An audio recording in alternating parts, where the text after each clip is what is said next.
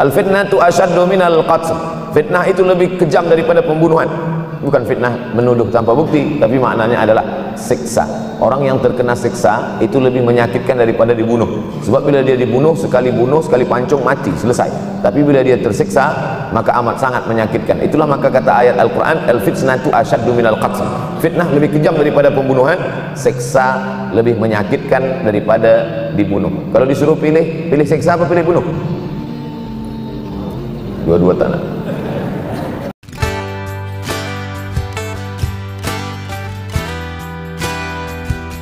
Man salat subuh fi jama'atin, siapa yang salat subuh berjamaah, summa qa'ada yadhkurullah, selepas itu dia tetap duduk di masjid berzikir mengingat Allah, hatta tatlu asy-syamsu, sampai terbit matahari, summa yusalli rak'ataini, kemudian dia salat sunat 2 rakaat, salat sunat isyraq, kanat lahu ka ajri hajjatin wa umrah, dia dapat pahala seperti haji dan umrah, tamah, sempurna. Hadis riwayat Imam At-Tirmidzi, hadisnya hadisun hasan. Mudah-mudahan kita istiqamah salat subuh berjamaah. Saya dimaklumkan katanya masjid kita yang cantik dan indah ini setiap subuh memanglah ramai seperti ini, betul? Insya Allah. Tajuk kita fitnah akhir zaman. Fitnah bahasa Melayu artinya tuduhan tak ada bukti, tohmah sebenarnya. Fitnah dalam bahasa Arab, coba kita tengok dalam Al-Quran. A'udzubillahi minasyaitonirrajim. Wattaqu fitnah allati la tusibanna alladhina zalamu minkum khassah. Takutlah kamu kepada fitnah yang dia tidak akan menimpa kepada kamu yang zalim saja. Makna fitnah dalam ayat ini bukan fitnah tuduhan tanpa bukti tohmah. Fitnah dalam ayat ini artinya siksa, azab. Maka tajuk kita fitnah akhir zaman. Makna fitnah di sini bukan tuduh. Al-fitnatu asyaddu minal qatl. Fitnah itu lebih kejam daripada pembunuhan. Bukan fitnah menuduh tanpa bukti, tapi maknanya adalah siksa. Orang yang terkena siksa itu lebih menyakitkan daripada dibunuh. Sebab bila dia dibunuh, sekali pancung mati, selesai. Tapi bila dia tersiksa, maka amat sangat menyakitkan. Itulah maka kata ayat Al-Quran, al-fitnatu asyaddu minal qatl. Fitnah lebih kejam daripada pembunuhan, siksa lebih menyakitkan daripada dibunuh. Kalau disuruh pilih siksa apa pilih bunuh? Dua-dua tak nak. Pilih bunuhlah aku. Bila ada orang disiksa, dipotong tangannya, dipotong kakinya, dipotong telinganya, dipotong hidungnya, disuruh pilih nak mana, atau potong kepala sekali. Baiklah potong kepala sekali, sebab dia tak merasakan siksa. Supaya kita faham tentang tajuk kita ini. Tajuk kita adalah fitnah akhir zaman. Jadi makna fitnah di sini bukan tuduhan tanpa bukti, tapi makna fitnah adalah siksa akhir zaman. Kalau ada akhir tentu ada awal. Ada setengah kelompok mengatakan dunia ini tiada berawal, tiada berakhir. Kata dia dunia ini qadim, sama seperti Allah Subhanahu wa ta'ala. Kalaulah dunia ini qadim, tentu ada dua yang qadim, ada dua yang kekal abadi. Maka orang yang mengatakan alam ini kekal, tiada berawal, tiada berakhir, dia sudah syirik. Syirik maknanya mengatakan ada dua yang qadim. Allah tiada berawal, tiada berakhir, dunia tiada berawal, tiada berakhir. Siapa yang mengatakan alam ini tiada berawal, tiada berakhir, maka dia syirik. Orang yang syirik maka tidak diterima amalnya. La in asyrakta, kalau engkau syirik la yahbatanna amaluka. Kalau engkau syirik maka seluruh amalmu akan gugur, tak bernilai di hadapan Allah Subhanahu wa taala. Al-yawma uhilla lakumut thayyibat, hari ini dihalalkan bagi kamu yang baik-baik. Wa ta'amul ladzina utul kitaba halal lakum wa ta'amukum halal lahum. Sembelihan orang Yahudi, sembelihan orang Nasrani ahli kitab halal bagi kamu. Bila kita pergi ke Europe, misal seumpama kita pergi ke Europe, sampai di sana kita tiada mendapatkan makanan kambing, kerbau, sapi sembelihan orang Islam. Dulu kata pensyarah saya masa belajar di Maghribi, kata dia dulu ambil master di UK.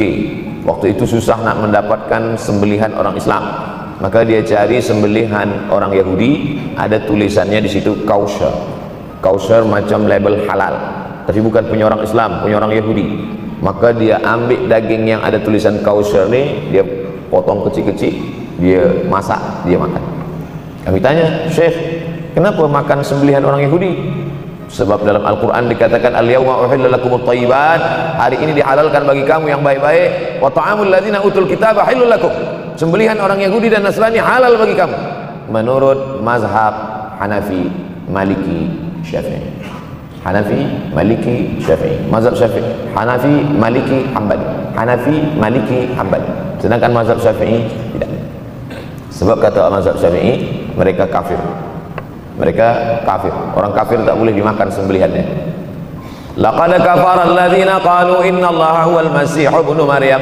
Siapa yang mengatakan Al-Masih anak Maryam itu adalah Tuhan, maka dia kafir. Laqad kafara alladhina qalu innallaha salisu salasah. Kafirlah orang yang mengatakan Allah itu tiga dalam satu, satu dalam tiga. Itu dalil mazhab Syafi'i mengatakan, kecuali yang datuk nenek dia dulu yang memang memegang mazhab itu setelah datang Nabi Muhammad SAW, mereka bersyahadat. Tapi mengapa menurut mazhab Hanafi, Maliki dan Hambali sembelihan mereka boleh dimakan? Karena ada tiga persamaan kita dengan Yahudi dan Nasrani. Pertama, sama-sama percaya kepada Allah, walaupun Allah dia berbeza, tapi sama-sama percaya bahwa ada Tuhan, ada Allah. Yang kedua, percaya Allah mengirim Nabi. Yahudi percaya kepada Nabi Musa, Nasrani percaya kepada Nabi Isa. Maknanya Allah mengirim Nabi. Yang ketiga, ini yang menjadi tajuk kita subuh ini, sama-sama percaya bahwa dunia akan berakhir. Yahudi mengatakan dunia akan berakhir, akan kiamat. Nasrani mengatakan dunia pun akan berakhir, hancur, akan kiamat. Bagaimana dengan Islam?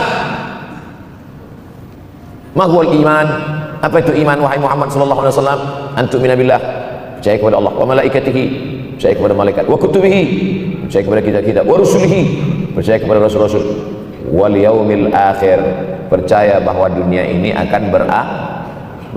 Wa tu'mina billah, wa tu'mina bil qadri khairihi wa syarrihi, engkau percaya kepada takdir baik dan takdir buruk. 6. Siapa yang tidak percaya kepada rukun iman yang 6, maka dia tidak lagi diakui sebagai umat Muhammad sallallahu alaihi wasallam. Fitnah akhir zaman. Saya nak menjelaskan tajuk kita subuh ini. Fitnah, terjadi banyaknya siksa-siksa. Akhir zaman, di ujung zaman. Menunjukkan dulu ada awal zaman, sekarang ada akhir zaman. Ada awal masa dunia, kita sekarang sudah berada di ujung dunia. Manakala Nabi Muhammad SAW Isra dan Mi'raj, dia melihat dalam perjalanan Isra Mi'raj itu ada seorang perempuan tua yang sedang bersolek. Jadi perempuan tua bersolek ini sudah nampak Nabi sejak masa Isra Mi'raj lagi. Jadi jangan terkejut bila sekarang nampak ada orang tua bersolek. Dah lama dah. Kata Nabi kepada Jibril, apa itu wahai Jibril? Kata Jibril, itulah dunia. Dunia sudah tua, tapi dia tetap juga ingin menampakkan dirinya muda. Dunia ini sudah tua, tak lama lagi akan hancur binasa. Idza sama'un fatarat, langit terbelah. Wa idzal kawakibun tasarat, planet-planet akan hancur berkeping. Wa idzal biharu fujirat, lautan akan meletup naik ke darat, hancur semuanya. Wa idzal quburu bu'athirat, dan kubur akan dibangkitkan, semua yang ada di dalam tanah ini akan bangkit. Alimat nafsum ma qaddamat wa akharat. Kenapa tanah ini tidak bergulung? Kenapa tanah ini tidak bergoncang? Kenapa kulit tanah ini tetap stabil? Sebab ada pakunya. Seperti kertas yang ditempel di dinding, datang angin kencang, manakala angin kencang datang, kertas tak bergoyang sebab ada pakunya. Apa paku tanah ini? Surah An-Naba juzuk 30. Wal jibala autada, kami jadikan bukit-bukit, gunung-gunung sebagai autada, pasaknya. Kalau kita membuat kemah, ada tiang, tiang ini bergoncang. Bagaimana supaya tiang ini tidak bergoncang? Pasang pasak-pasak di tepi tiang. Pasak dunia ini adalah bukit-bukit. Kalau kita menengok ada bukit, maka sebenarnya sepertiganya saja yang ada di atas. Bukit yang besar di atas itu sepertiga, 2/3 bukit terhunjam, tertanam ke dalam tanah. Wal jibala autada. Tapi sampai masanya nanti bukit ini akan tercabut. Wa takunul jibalu kal ihnil manfush. Wa takunul jibal, bukit-bukit kal ihni, seperti bulu kambing. Manfush, bulu kambing yang dihembus angin. Hebatnya ayat-ayat Al-Quran itu, Allah memilih kata-kata sesuai dengan keadaan. Sembahyang malam berat, nak jaga tidur malam berat. Kata berat bangun malam itu mengucapkannya pun berat. Wa minal laili fatahajjad, tahajjad berat. Sebagaimana beratnya jaga tengah malam, begitu Allah pilihkan kata yang berat, tahajjad berat. Wa takunul jibalu kal'inil manfush. Wa takunul jibal, bukit-bukit, gunung-gunung yang besar, yang berapi, kal jibal, kal ihni, seperti bulu kambing. Manfush, nun berjumpa dengan fa mengeluarkan angin, shin pun menghembuskan angin. Ambil bulu kambing, letakkan di tapak tangan, kal'inil maut. Sebagaimana terbangnya bulu kambing dari tapak tangan yang dihembus angin, begitulah gunung-gunung akan tercabut. Kalau gunung-gunung yang besar, gunung yang dari batu, gunung yang berapi, yang mengeluarkan lahar, itu tercabut dari tanah seperti bulu kambing dihembus angin, bagaimana agaknya kita nanti? Tak tahu entah macam mana. Macam butiran debu-debu, macam butiran tepung yang dihembus angin kencang.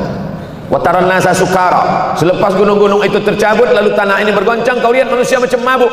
Wataran nasa sukara, kau pandang manusia macam mabuk. Wa mahum bisukara, mereka tidak mabuk. Mereka berjalan bergoncang bukan kerana mabuk, walakin azaballahi syadid, kerana azab Allah itu amat sangat kuat. Oleh sebab itu dianjurkan membaca tafsir juzuk 30. Syekh Muhammad Abduh, tafsir Al-Munir, tafsir Al-Manar yang ditulis oleh muridnya, dia bagi tazkirah saja, dia tak ada menulis, tapi kemudian muridnya Rashid Ridha menulis, itulah dia tafsir Al-Manar. Dia tidak memulai tafsir dari juzuk 1 Al-Baqarah, tapi dia mulakan juzuk 30. Sebab apa? Sebab mengkaji juzuk 30, amma yatasaalun 'anil naba'il 'azim alladhi hum fihi mukhtalifun kalla saya'lamun, bercerita tentang hari kiamat. Orang kalau sudah bercerita tentang hari kiamat, datang rasa takut, datang rasa cemas, datang rasa khawatir, kita akan mati, dunia akan binasa, apa yang akan kita bawa? Selepas dia mengkaji juzuk 30, datanglah semangatnya, khusyuklah dia solat, datang semangatnya beribadah, datang hilang rasa cinta harta, dia akan berwakaf, berinfak, bersedekah. Maka fitnah akhir zaman ini perlu dikaji selalu supaya kita mendatangkan khusyuk dalam hati, takut dalam hati, ridha menerima keputusan Allah Subhanahu wa taala. Fitnah akhir zaman. Hadis yang saya pilih diambil dari kitab Sahih Al-Bukhari. Pendek saja, Sahih Al-Bukhari, tapi sebenarnya judul kitab ini panjang. Al-Jami' As-Sahih Al-Musnad Al-Mukhtasar min umuri Rasulullah SAW wa sunanihi wa ayyami. 7. Disebut di Al-Jami' kerana dia mencakup 3 aspek: akidah, ibadah, akhlak. Al-Musnad kerana hadis-hadisnya bersanad dari Imam Al-Bukhari sampai ke Nabi Muhammad SAW, ada silsilah. Al-Mukhtasar kerana dia ringkasan, 7.275 hadis sahaja, padahal hadis Nabi banyak, maka dia ringkaskan, dia kecilkan menjadi 7.275 hadis. Min umuri Rasulullah, semua perkara-perkara Rasulullah, wa sunanihi, kebiasaan-kebiasaan Rasulullah, wa ayyami, hari-hari kehidupan Rasulullah SAW. Disebut Sahih Al-Bukhari. Bukhari bukan nama orang, Bukhari nama kampung, Bukhara, Uzbekistan sekarang. Nama dia Muhammad bin Ismail bin Ibrahim bin Al-Mughirah bin Bardizbah Al-Bukhari. Bardizbah datuk dia yang kelima mu'alaf masuk Islam, Majusi, penyembah api dari Persia, Iran sekarang. Muhammad bin Ismail bin Ibrahim bin Al-Mughirah bin Bardizbah. 16 tahun berkeliling, 16 tahun berkeliling Makkah, Madinah, Syam, Suriah, Mesir, balik, barulah kemudian dia menyampaikan hadis-hadis Rasulullah SAW. 16 tahun belajar hadis, baru dia mengajar hadis. Kita sekarang 16 kali masuk, itu pun ada 2-3 kali tak datang sebab jam. Selepas itu nak mencuba mengajar hadis dan berkata, kalau Bukhari mengajar hadis, aku pun boleh mengajar hadis. Bukhari makan, aku makan. Bukhari minum, aku minum. Bukhari manusia, aku manusia. Bukhari mengajar hadis, aku mengajar hadis. Betul, tapi Bukhari mengajar hadis dari kepalanya, kita mengajar hadis dari laptop. Mati laptop, hilang hadis. Oleh sebab itu maka Imam Al-Bukhari, Masya Allah, tabarakallah, berapa hafazan hadis Imam Al-Bukhari? 600,000 hadis, 600,000 hadis. Lalu kemudian dari 700,000 hadis dia buang hadis-hadis dhaif, dia buang hadis-hadis maudhu', akhirnya 300,000 hadis. Dari 300,000 itu dia kecilkan lagi menjadi 7.275 hadis. Itulah yang dikaji oleh umat Islam dari mulai Maghribi hinggalah ke Semenanjung Melayu. Mudah-mudahan anak cucu kita ada yang menghafaz dan mengajarkan hadis-hadis Sahih Al-Bukhari, insyaallah. Diambil dari kita, diambil dari bab zuhurul fitan. Zuhur muncul, tampak, datang. Fitan jamak dari kata fitnah. Fitnah 1, 2 fitnatan, 3 fitan. Diriwayatkan dari as-sahabi al-jalil, sahabat yang mulia bernama Abdurrahman, ayahnya Sakhar, kampungnya Dus. Nama lengkapnya Abdurrahman bin Sakhar ad-Dusi. Kerana selalu membawa kucing dipanggil Abu Hurairah. Nabi memanggil dia, ya Abahir, wahai bapak kucing. Ya Abahir, wahai engkau orang yang selalu membawa kucing. Hatinya lembut, tak sampai hati dia menengok ada kucing tak makan, dia bagi makan. Abu Hurairah radhiyallahu anhu. Apa kata Abu Hurairah radhiyallahu anhu? Aku mendengar Nabi SAW bersabda, Di antara tanda-tanda dekatnya hari kiamat itu adalah, dalam hadisnya ada 5. Yang pertama, yataqarabuz zaman. Zaman, masa, waktu makin pendek, makin singkat, makin tak terasa. Dulu nampak budak-budak, sekarang udah jadi mak budak-budak. Dulu nampaknya lama zaman masa ini, sekarang cepat saja. Dari pagi ke petang, petang ke pagi, pagi ke petang, petang ke pagi. Bahkan sekarang ada pula orang yang tak tahu petang, tak tahu pagi. Pagi tidur, petang tidur. Tak terasa saya ini sudah 8 kali datang ke Kuala Lumpur. Awal-awal sekali 2014, 2015, 16, 17, 18, 19, 20. Sudah kali yang ke-7. Saya datang setahun sekali saja, setiap bulan Februari. Bulan Februari datang. Rupanya dah yang ke-7 kali. Bulan Februari. Ini saya bagi tahu supaya kita semua faham. Saya datang bulan Februari, supaya tak datang balik, datang balik, datang balik, datang balik. Sekali datang dari tarikh 2 hingga 9, pusing, balik. Rupanya sudah kali ke-7, ke-8 kali datang menyampaikan tazkirah. Tak terasa. Dulu saya datang kemari belajar di UKM tahun 2003. Sekarang sudah 2020, 17 tahun. Tak terasa. Yataqarabuz zaman. Tanda-tanda kiamat, fitnah akhir zaman sudah dekat adalah yataqarabuz zaman, kata Nabi SAW. Waktu tak terasa. Tak terasa. Tak terasa dah engkau dah datang.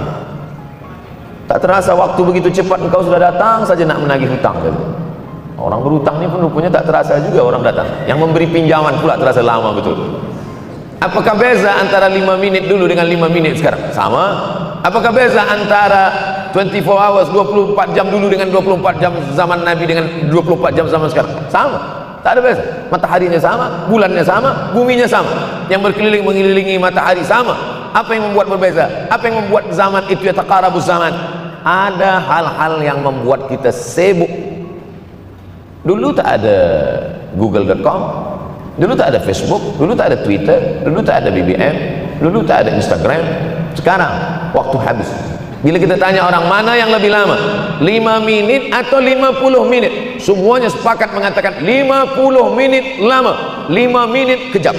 Saya tanya 2 kali, pelajar-pelajar, penuntut-penuntut, mana yang lebih lama, 5 menit atau 50 menit? Semuanya berkata 50 menit lebih lama daripada 5 menit. Lepas tu saya balik, mana yang lebih lama? 5 menit menunggu azan maghrib bulan puasa, 50 menit status FB, Instagram. Oh, lebih lama 5 menit menunggu azan maghrib. 5 menit menunggu azan maghrib bulan puasa macam-macam mati jam.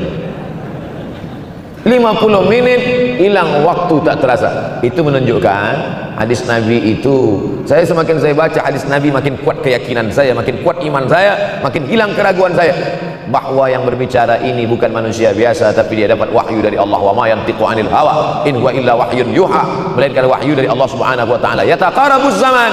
Masa begitu cepat berlalu tak terasa. Sebulan seperti sepekan, sepekan seperti sehari, sehari seperti sesaat. Akhirnya kita pun kehilangan waktu, habis. Saya Ustaz Abdul Somad, memang zaman ini tak terasa cepat betul. Rasa-rasa kejap-kejap dah bulan Ramadan. Tak terasa baru saja Idul Fitri dah masuk pula lagi. Masya Allah, begitu cepatnya masa berlalu. Maka jangan sampai kita, semakin saya baca hadis ini semakin kuat keyakinan saya bahwa Nabi Muhammad SAW mendapat wahyu dari Allah Subhanahu wa taala, semakin kuat keyakinan dan keimanan. Kenapa?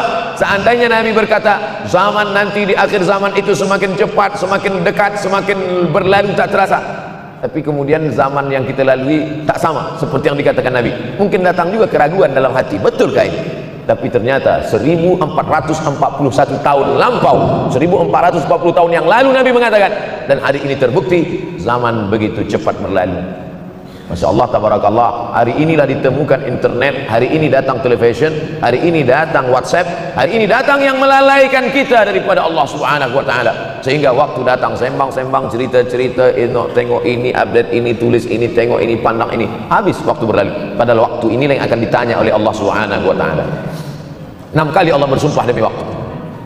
Terbit fajar, wal fajri wa layalin ashr, masuk waktu subuh, was subhi idza tanaffas, masuk waktu duha, wad duha wal laili idza saja, masuk waktu siang, wan nahari idza tajalla, masuk waktu asar, wal asri innal insana lafi khusr, masuk waktu malam. 2 kali Allah bersumpah demi waktu malam, wal laili idza saja wal laili idza yaghsha. Kenapa hadis ini yang Ustaz bahaskan? Kami nak mendengar hadis tentang Dajjal dah lahir atau belum. Dajjal udah hadir. Mana bukti Dajjal udah hadir? Kurma bisan tidak lagi berbuah. Bila kurma bisan tidak berbuah, Dajjal dah tak datang. Kurma bisan sekarang sudah berkurang, tak berbuah. Lalu kemudian apa lagi? Ain Zuhar, mata air dari Ain Zuhar sudah kering. Sudah kering.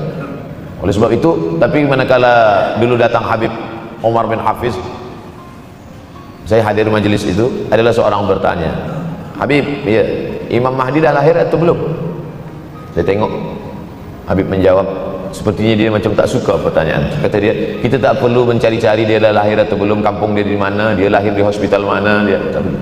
Yang perlu kita siapkan adalah iman dan takwa pengetahuan kita, supaya kita jangan sampai terkecoh, supaya kita boleh membezakan mana hak, mana batil, mana betul, mana salah, mana lurus, mana bengkok, mana hitam, mana putih.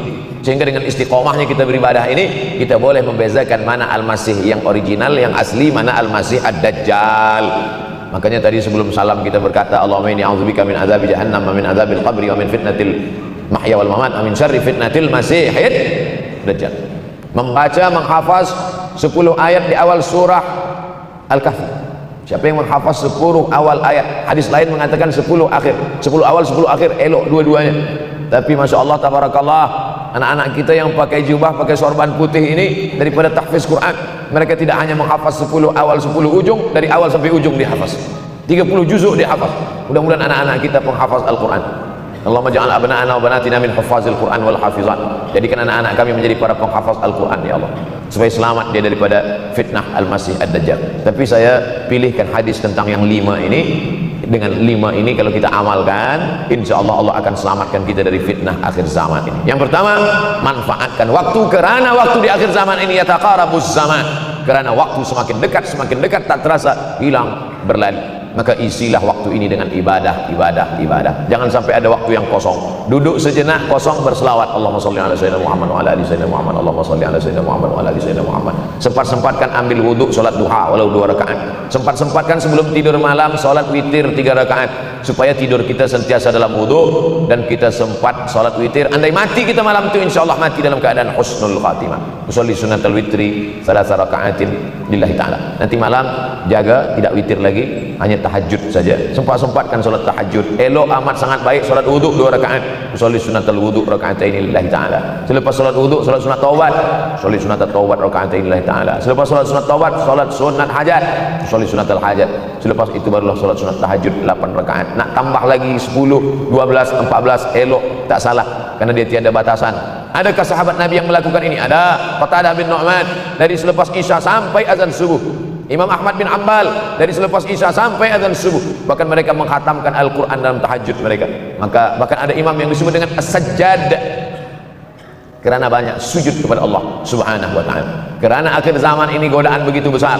Dulu orang tengah malam tahajud, jam 2 malam, jam 3 malam dia bangun, kerana dia membaca hadis sab'atun yudhilluhumullah. Ada 7 golongan yang mendapatkan naungan Allah, yauma la dhilla illa dhilluh. Hari itu tak ada naungan kecuali naungan Allah. Rajulun, ada seseorang, zakarallah, dia berzikir mengingat Allah, khalian, di tengah malam, tak ada manusia, fafadat ainahu, menetes air matanya. Maka yang pertama ini, jangan sampai kita kehilangan waktu, kerana waktu kasaif, waktu ini seperti pedang, illam taqta'hu qata'aka. Kalau tidak kau patahkan dia, kalau kau dapat pedang, patahkan. Sebab kalau tidak kau patahkan, dia yang akan memotong engkau, mematahkan tulang-tulang engkau. Waktu ini kalau tidak kita manfaatkan, kita akan ditanya tentang waktu, kemana saja waktu yang sudah kau pakai. Inna sam'a, pendengaran, wal basar, penglihatan, wal fuad, hati, kullu ulaika kana anhu mas'ula. Semua akan disoal, semua akan diminta tanggung jawab di hadapan Allah. Kemana waktu yang sudah aku bagi dulu engkau pakai? Yang pertama nanti ditanya, la tazulu qadama 'abdin yaumal qiyamah. Kaki anak Adam tidak akan bergeser, tidak akan beralih dari tempat tegaknya pada hari kiamat, hatta yus'al, sampai dia disoal, sampai dia ditanya. La tus'alunna yauma idzin 'anin na'im. Banyak yang akan ditanya nanti, tapi Nabi bagi tahu di antara yang akan ditanya dari sekian banyak nikmat itu 4. Yang pertama, an umrihi fima afnah. Umur kemana engkau habiskan? Hari ini ada anak-anak muda belia umurnya 17 tahun. 17 tahun habis menghafaz Al-Quran, 17 tahun habis iktikaf dalam masjid, 17 tahun habis berzikir, berjubah, bersorban, mengabdikan ilmu, berkhidmat kepada ulama. 17 tahun habis. Tapi ada pula yang dibalik 71 tahun habis, rumah, office, kopi, rumah, office, kopi, rumah, office, kopi, batuk, mati habis. Apa yang dapat kita bawa menghadap Allah SWT? Yang pertama, yataqarabuz zaman. Yang kedua adalah wa yanqusul ilmu. Ilmu semakin berkurang. Kalau sudah ilmu berkurang, apa yang bertambah? Jahil. Kalau ilmu bertambah, jahil berkurang. Kalau ilmu berkurang, jahil bertambah. Mana ada orang jahil cakapnya didengar orang. Saya dulu awal-awal membaca hadis ini, wa yanqusul ilmu. Ilmu berkurang, jahil bertambah.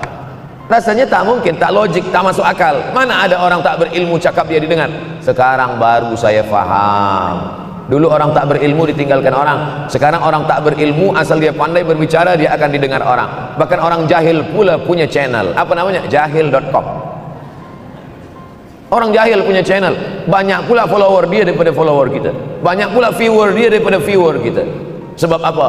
Sebab yang menyaksikan tiada berilmu, yang berbicara tiada ilmu. Oleh sebab itu maka kita galakkan menuntut ilmu di majlis-majlis ilmu. Untuk apa Abdul Somad sudah berumur 43 tahun pun masih pergi juga lagi ke Sudan belajar? Apa yang nak dicari ini? Tak lain tak bukan, mudah-mudahan kita termasuk orang yang sampai akhir hidupnya mencari ilmu, insyaAllah. Saya datang kemari bukan niat mengajarkan ilmu. Saya datang ke Malaysia tetap niatnya belajar mencari ilmu. Man salaka tariqan, siapa yang melangkahkan kaki melalui suatu jalan, yaltamisu fihi ilman, siapa yang melalui suatu jalan niatnya untuk mencari ilmu, sahalallahu lahu bihi tariqan ilal jannah, dimudahkan Allah jalannya menuju surga. Innallaha la yantazi'ul ilma intiza'an. Innallaha la yanzi'ul ilma intiza'an. Allah kalau mencabut ilmu bukan macam mencabut pokok kayu dari tanah. La yantazi'ul ilmu intiza'an. Allah tidak mencabut ilmu macam mencabut pokok kayu dari tanah hingga ke akarnya, tidak. Lalu bagaimana ilmu ini dicabut? Biqabdil ulama. Dengan matinya ulama maka habislah ilmu. Meninggal Imam Syafi'i berkurang ilmu. Meninggal Imam Nawawi berkurang ilmu. Meninggal Imam Fulan berkurang ilmu. Maka yang hadir adalah al-juhala. Yang lebih menakutkan lagi adalah al-juhala bi thawbil ulama. Orang jahil dengan pakaian ulama. Abdul Somad tidak mengatakan dirinya ulama. Saya selalunya membacakan ayat Quran, membacakan hadis Nabi, menyampaikan fatwa ulama. Tak pernah saya berceramah, bertausiah. Menurut saya, siapa saya? Siapa kita? Syafi'i manusia, saya manusia. Syafi'i boleh berfatwa, saya juga boleh berfatwa. Imam Syafi'i berfatwa, Al-Quran 30 juzuk dalam kepala dia. Kita juzuk 30 pun kadang-kadang hilang. Imam Syafi'i balik dari masjid ke rumah, dia tutup telinga. Datang orang bertanya, Syafi'i, ya, kenapa engkau tutup telinga? Sebab bila aku dengar dari masjid ke rumah, semua yang aku dengar masuk tu semua aku ingat. Aku takut dia ingat di dalam, maka aku tutup. Kita, yang saya sampaikan tadi pun tak ingat. Oh, Ustaz mengejek kami, tak? Jangankan yang mendengarkan, yang bercakap pun tak ingat. Nasib baik datang orang Jepun mengingatkan kita. Nah, ini nama dia Sony. Manusia ini lupa. Oleh sebab itu maka yang kedua akhir zaman, wa yanqusul ilmu. Ilmu makin kurang. Maka bersyukur anak-anak yang dimasukkan ke rumah tahfiz. Kalau ada rumah tahfiz di kampung biasa, kalau ada rumah tahfiz di desa, dusun biasa, tapi ada tahfiz di tengah kota besar Kuala Lumpur, masih ada lagi rumah tahfiz Quran. Siapa yang mewakafkan rumah tahfiz? Siapa yang memberikan beras? Siapa yang memberikan duit? Siapa yang memberikan belanja? Siapa yang mengirimkan ustaz? Masya Allah, tabarakallah. Maka ini semua mudah-mudahan kita istiqamah semuanya, insya Allah. Supaya apa? Supaya lahirlah anak-anak kita yang alim, berilmu. Karena ini makin banyak orang jahil, alftau bi ghairi ilmin, memberikan tazkirah fatwa tanpa ilmu, dhalla wa adalla, dhallu wa adallu, sesat, menyesatkan. Kalau setakat sesat saja, ini sudahlah sesat, menyesatkan. Nauzubillah. Masuk yang ketiga. Yang ketiga adalah wa yanqusul ilmu. Setelah habisnya ilmu ini semua dicabut oleh Allah Subhanahu wa taala, lalu kemudian setelah ilmu dicabut Allah Subhanahu wa taala, wa yulqas syuh. Wa may yuqashuha, sin dengan hak kecil. Wa may yuqashuha nafsihi fa ulaika humul muflihun. Siapa yang selamat daripada sifat syuh, itulah orang yang beruntung. Hayya 'alal falah, mari kita menuju keberuntungan, kemenangan. Siapa orang yang menang? Selamat daripada sifat syuh. Ada orang menerjemahkan syuh ini pelit, bakhil. Bakhil ada yang lebih parah daripada bakhil. Syuh. Bakhil ini Bakhil tidak ingin memberikan uangnya untuk orang lain, itu bakhil. Dia ada uang 10 ringgit, uang itu hanya dia makan saja, dia tak mau walaupun setengah sen kepada orang lain, itu namanya bakhil. Kalau syuh ini, duit dia simpan, duit orang pula dia makan, nah itu syuh. Jadi lebih parah lagi. Oleh sebab itu, kalau sudah ilmu ini dicabut, orang menjadi jahil, maka datang penyakit syuh yang ketiga. Apa itu syuh? Hubbud dunya, hubbul mal, wa tuhibbul mala hubban jamma. Engkau sayang kepada harta, amat sangat sayang. Dia pegang semuanya sampai tak meleleh, tak menetes walaupun satu tetes. Akhirnya mereka inilah pendusta-pendusta agama. Ara'aital ladzi yukadzibu biddin, tahukah kamu siapa itu yang mendustakan agama? Fadzalikal ladzi yad'ul yatim, mereka itulah yang membiarkan anak yatim. Wala yahuddu ala ta'amil miskin, dia tidak mempedulikan makanan orang miskin. Sebab apa? Bukan sebab tak ada harta, sebab syuh. Kenapa syuh?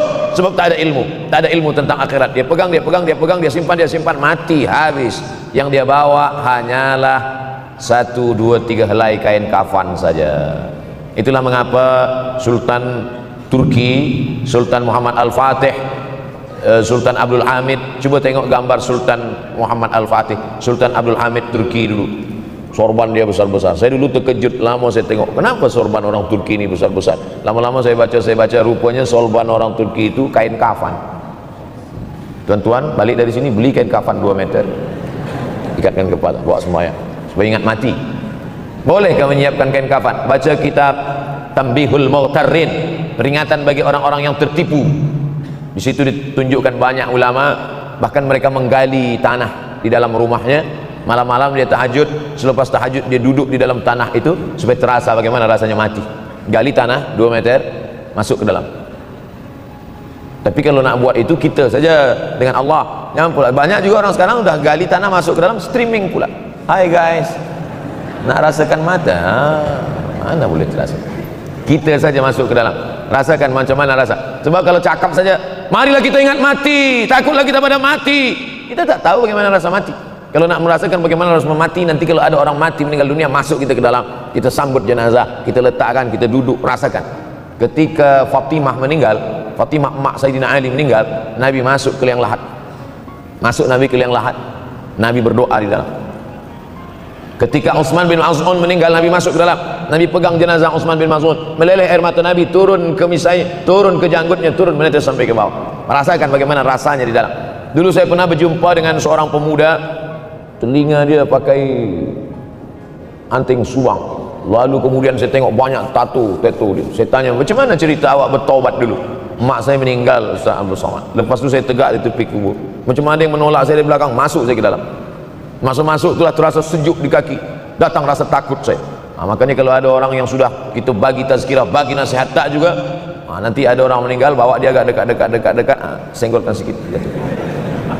Gitu caranya supaya kita terasa mati ini, supaya apa? Hilangkan penyakit syuh, cinta harta, takut mati, dan membuat kita menjadi bakhil, pelit, na'udzubillah. Yang keempat,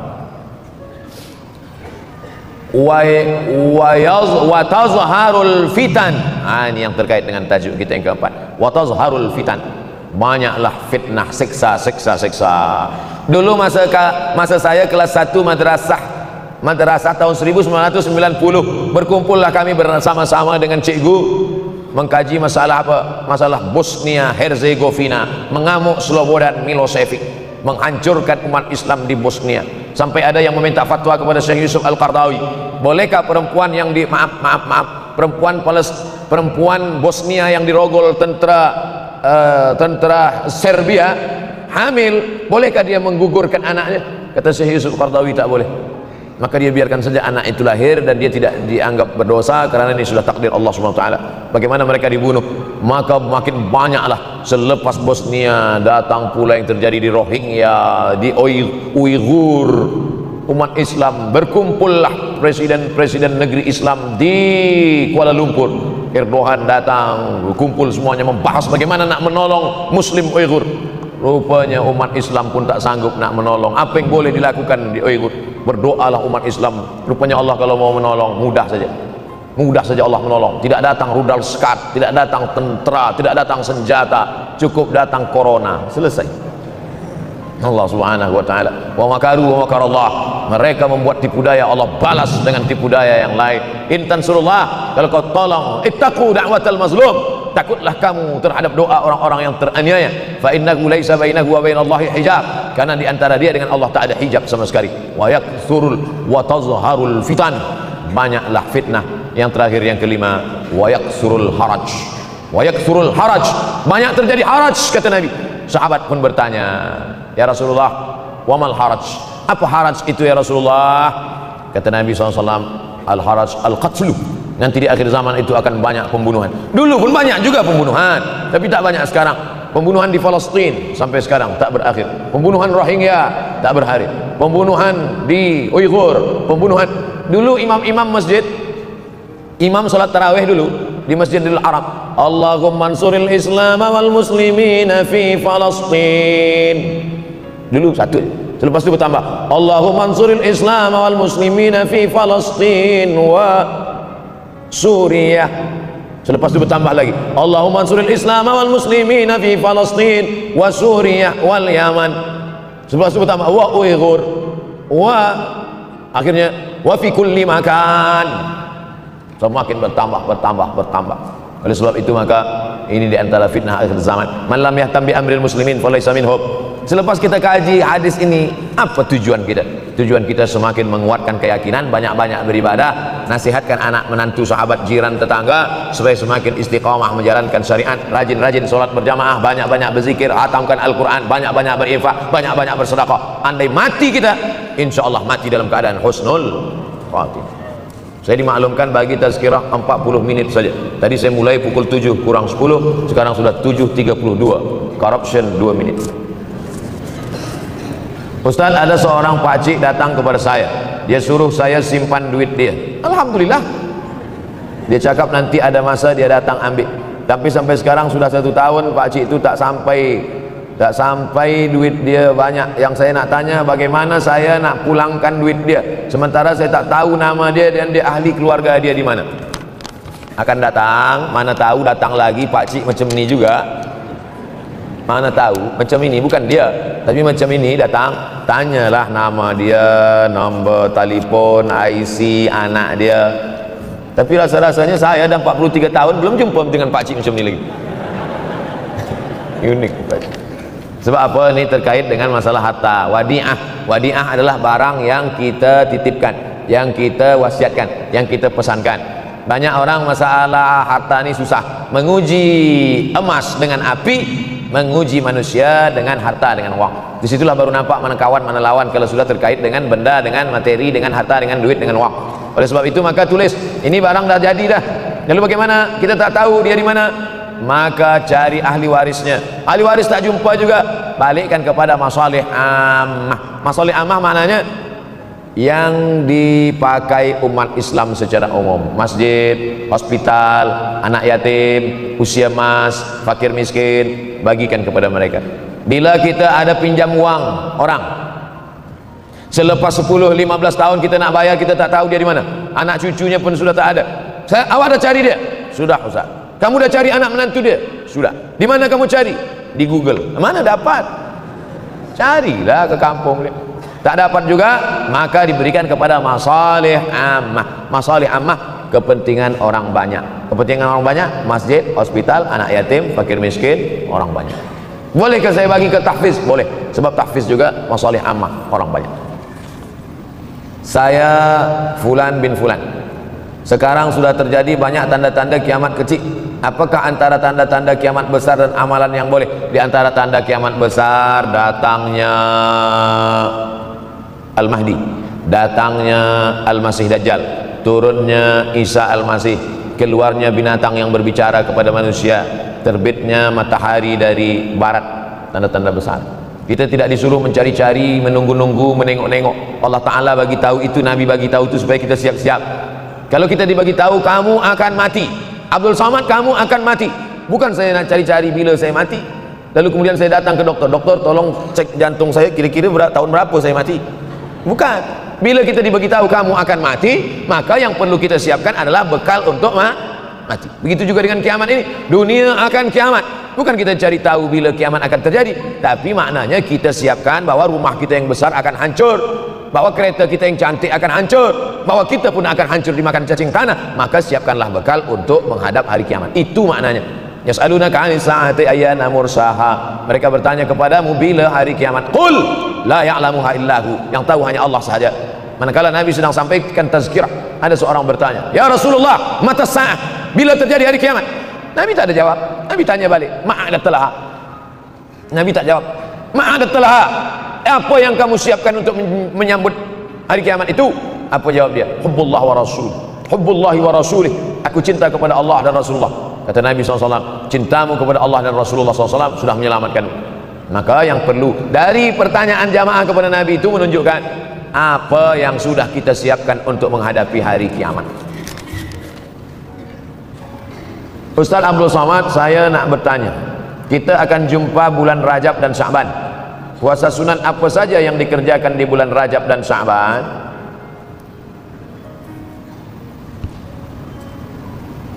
Dalam hadis dikatakan salasun mutawaliyatun. Inna iddatash syuhuri 'indallahi 12 syahran fi kitabillah. Jumlah bulan ada 12. Minha arba'atun hurum. Syukran, jazakallahu khairan, ahsanallahu ilaikum. Minha arba'atun hurum, ada 4 bulan haram. 4 bulan haram maknanya 4 bulan mulia kita disuruh beribadah. Ibadah yang paling elok adalah puasa sunat. Apa 4 bulan haram itu? Salasun mutawaliyatun, 3 bulan berterusan, 3 bulan. Muharram, Zulqa'dah, Zulhijjah, Muharram. Wa baina Jumada wa Sya'ban, ada 1 bulan bersendirian. Dia terletak antara bulan Jumada dan Sya'ban. Itulah dia bulan Rajab. Jadi nanti kalau ada orang banyak berpuasa bulan Rajab, apa dalil awak puasa bulan Rajab? Karena bulan haram. Bulan haram bulan mulia. Di bulan mulia paling bagus beramal yang mulia. Apa amal yang mulia? Puasa sunat. Bulan Sya'ban, Nabi paling banyak puasa selepas Ramadan adalah Sya'ban. Jadi kalau kita buat yang paling tinggi adalah Ramadan. Di bawah Ramadan Sya'ban. Di bawah Sya'ban bulan haram. Paling tinggi Ramadan. Di bawah Ramadan Sya'ban. Di bawah Sya'ban itulah dia bulan haram. Muharram, Zulqa'dah, Zulhijjah, Rajab. Nah, inilah puasa-puasa sunat. Sampai-sampai puasa bulan Sya'ban itu, apa kata Aisyah radhiyallahu anha? Karena Rasulullah SAW yasumu Sya'ban kullahu. Nabi pernah melaksanakan puasa bulan Sya'ban itu kullahu. Tapi bukan tiap-tiap tahun. Bukan maknanya tiap tahun Nabi bulan puasa Sya'ban itu full 1 bulan, tidak. Makna kullahu mu'azzamahu, sebagian besarnya. Makna kullahu pernah 1 bulan Sya'ban dia puasa full tapi tidak tiap tahun. Oleh sebab itu banyak-banyak puasa sunat ini elok. Banyak sekarang orang puasa tapi bukan lillahi ta'ala. Puasa nawaitu shawma ghadin, diet. Niatnya takkan Allah. Berniat puasa karena Allah, dietnya dapat. Berniat diet, Allah tak dapat. Oleh sebab itu maka luruskan niat. Innamal a'malu binniyat. Apa doa untuk lembutkan hati seorang lelaki yang kita sayangi? Salat sunat hajat. Usolli sunnatal hajat. Hajatnya apa? Dalam hati. Jangan cakapkan di situ. Usolli sunnatal hajat, nak lembutkan hati si fulan. Sembahyangnya di masjid pula, dengar kawan sebelah. Siapa kata dia? Dalam hati. Allahu akbar. Selepas itu di sujud terakhir, aqrabu ma yakunul 'abdu min rabbih wa huwa sajid. Seorang hamba paling dekat dengan Allah manakala dia bersujud. Di sujud terakhir itulah doa. Ya Allah, lembutkanlah hati si fulan, ya muqallibal qulub. Bolehkah kita berdoa menyebut nama? Boleh. Ada hadis Nabi doa menyebut nama? Ada. Allahumma a'izzal islama bi Umarain.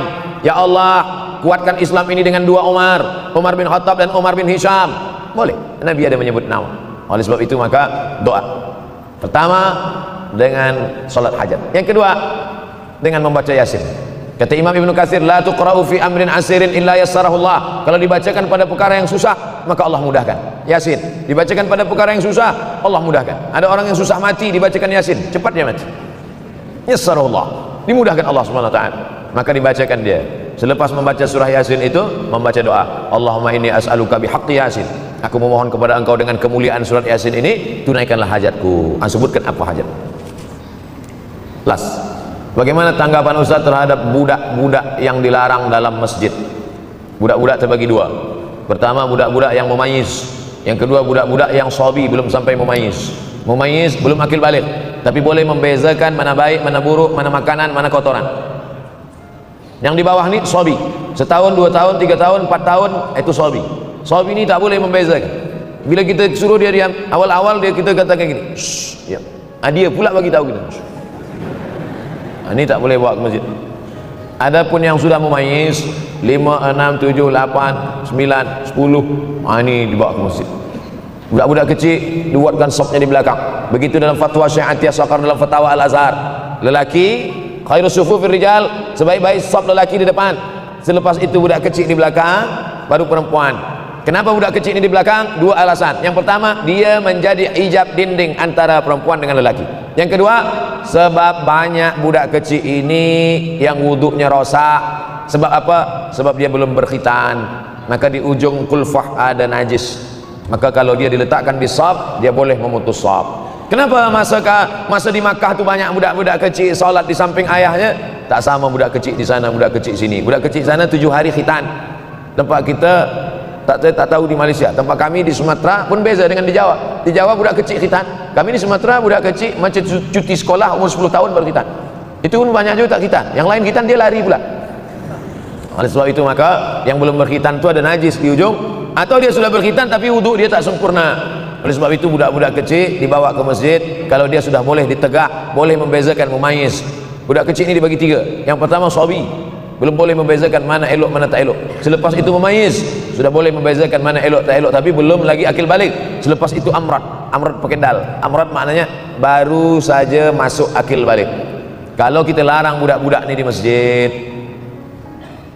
kalau ada budak-budak kecil masih berlari-lari, masih menjerit-jerit, bersyukurlah. Maknanya masjid kita 20 tahun akan datang masih tetap ada orang yang sholat berjamaah. Tapi kalau di masjid itu sudah tak ada budak-budak lagi, yang ada tua-tua aja, alamat kapal akan tenggelam. Sekarang banyak di masjid ini isinya orang-orang yang sudah diintai-intai malaikat maut aja. Nauzubillah. Alhamdulillah masjid kita semua hadir, budak-budak kecil pun hadir, pemuda-pemuda belia pun hadir. InsyaAllah 20 tahun akan datang masjid ini tetap ramai solat berjamaah. Anak saya pernah ditampar oleh seorang nenek kerana yang sedang solat dia menjerit dan menangis. Oh, mungkin nenek ini darah tinggi. Maka akan datang, jangan letak dia dekat nenek-nenek. Itulah maka saya sebut tadi di belakang. Memang orang-orang tua ni kadang emosional dia tak lagi terkendali. Tengok. Kadang jangan kan menangis, kita menyanyi pun dia tersinggung, apalagi menangis. Oleh sebab itu maka kita jaga. Ada setengah orang tua memang tak suka menengok budak kecil. Ini budak ni pergi balik, kalau tak aku mati dia sipak ke dia. Alhamdulillah. Jadi manusia ini kalau sudah 7 ke bawah, 71 ke atas, memang macam-macam akhlak, akal dia sudah dicabut oleh Allah. Mudah-mudahan yang kita inginkan. Makanya ada doa supaya jangan sampai an yuradda ila ardhalil umuri. Jangan sampai aku disampaikan pada usia yang hina. Ada manusia ini usianya hina. Sebab apa usia hina? Wa man nu'ammirhu nunakkishu fil khalqi. Siapa yang kami panjangkan umurnya, kami kurangkan kejadiannya. Sudah sampai pada umur itu berkurang kejadian. Kaki berkurang, mata berkurang, telinga berkurang, dan paling mengkhawatirkan adalah akal pun berkurang. Inilah termasuk akal berkurang. Dia tanpa budak kecil itu sebenarnya umur dia sudah hampir-hampir sama macam budak kecil itu juga. Mudah-mudahan kita diselamatkan daripada usia yang hina ini insyaallah. Di akhir majlis mari kita berdoa kepada Allah supaya kita istiqamah hingga akhir zaman, akhir hayat. Al-Aziniyah Al-Fatihah.